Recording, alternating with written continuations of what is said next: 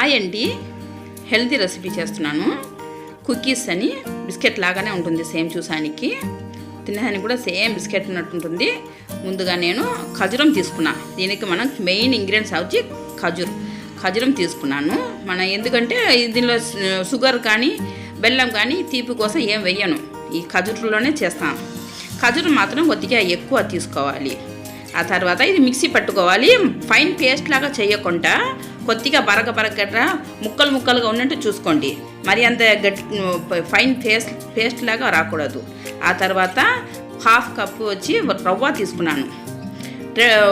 గోధుమ పిండి 2 కప్పు తీసుకున్నా. దానిలోనే బేకింగ్ సోడా కూడా వేసుకోవాలి.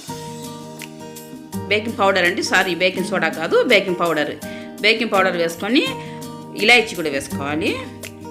కొద్దిగా ఉప్పు, లైట్గా మనం ఉప్పు వేసుకోవాలి. ఆ తర్వాత అన్నీ బాగా కలపేయాలి. ఉప్పు కరెక్ట్గా వచ్చిన కలిపిన తర్వాత ఇప్పుడు నేను మిక్సీ పెట్టిన ఖజూరం ఉంది కదా, ఈ పేస్ట్ కూడా దానిలో వేసి కలిపేయాలి. చూడండి, మొత్తం నేను ఇట్లా వేసేస్తున్నా. ఈ తీపే సరిపోతుంది మనకు. ఆట మనం ఎంత తీసుకుంటామో పిండి పట్టి మనం ఖజూరం కూడా ఎక్కువ తక్కువ చేసుకోవాలి. ఎందుకంటే ఆ తీపు మనకు ఈ తీపి ఉండాలి కాబట్టి.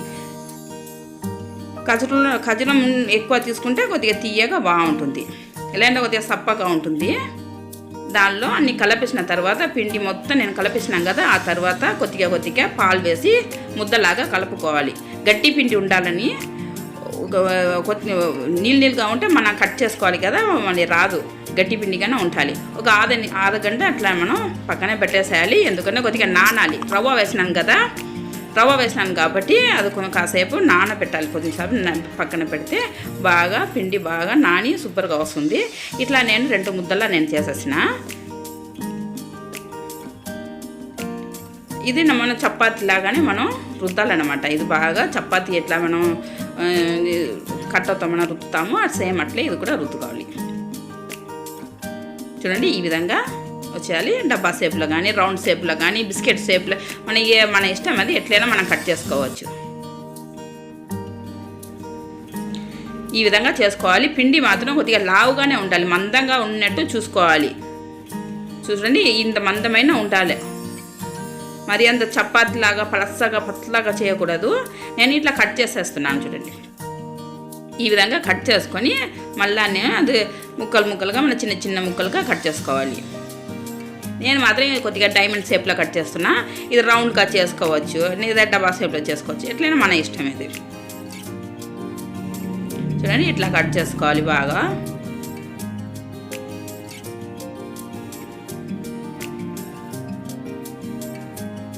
చాలా బాగుంటుంది, హెల్తీకి చాలా మంచిది. పెద్దవాళ్ళు కానీ చిన్నవాళ్ళు కానీ పిల్లలు బాగా ఇష్టంగా తినవచ్చు. ఎందుకంటే దీనిలో మనం తీపి అనేది ఏం పెట్టలేదు కదా, ఏం కలపలేదు, తీపి అనేది కలపలేదు, ఒట్టి ఖజూరం కాబట్టి పెద్దవాళ్ళు చిన్నవాళ్ళు అందరిని తీసుకోవచ్చండి. ఇది చాయ్లో చాలా బాగుంటుంది.